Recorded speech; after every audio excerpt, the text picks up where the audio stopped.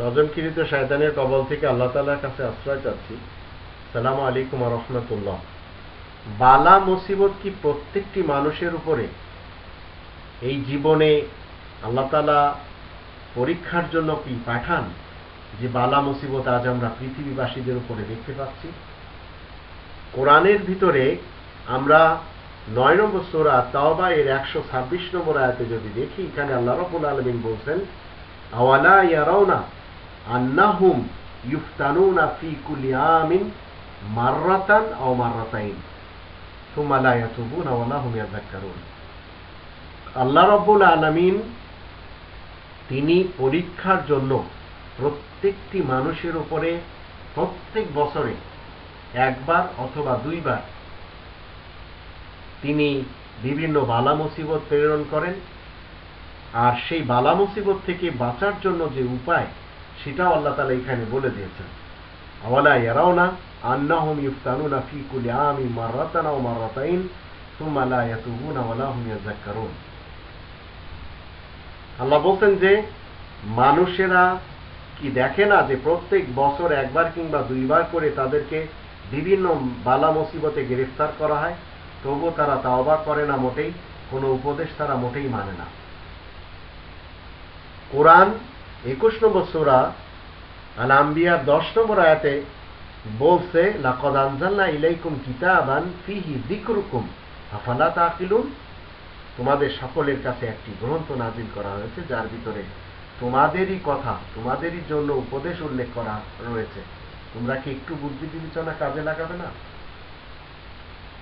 আপনি পুরা বছরের ভিতরে যদি কোরআন হাতে না নেন, তাহলে তো আপনি বালা মুসিবতে গ্রেফতার হতেই থাকবেন। আর এই বালা মুসিবত থেকে বাঁচার জন্য উপায় হলো এই কোরআনকে আঁকড়ে ধরতে হবে। 3 নম্বর সূরা আল ইমরানের 103 নম্বর আয়াতে আল্লাহ বলেন, ওয়াতাসিমু বিহাবলিল্লাহি জামিআ ওয়া লা তাফাররাকু। তোমরা সবাই আল্লাহ তাআলার এই গ্রন্থকে, এই রজ্জুকে মজবুতভাবে আঁকড়ে ধরো আর বিচ্ছিন্ন হও না।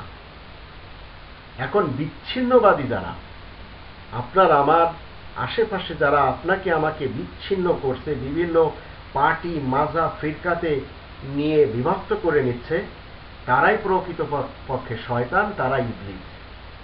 অতীতকাল থেকে আমরা দেখে আসছি, কেউ বাগদাদ থেকে, কেউ বুখারা থেকে, কেউ সামারকান্দ থেকে, কেউ মাশহাদ থেকে, কেউ খোরাসান থেকে, কেউ দিল্লি থেকে, কেউ দেওবন্দ থেকে, কেউ বেরেলি থেকে, এইভাবে মানুষকে বিভ্রান্ত করেছে, বিভিন্নভাবে বিভক্ত করেছে।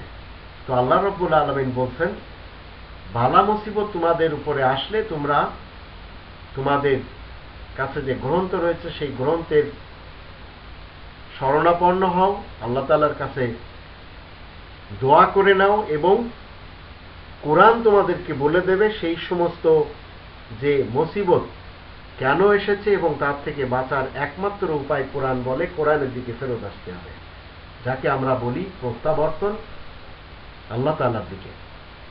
তো সেটা কোরআনের মাধ্যমেই সম্ভব।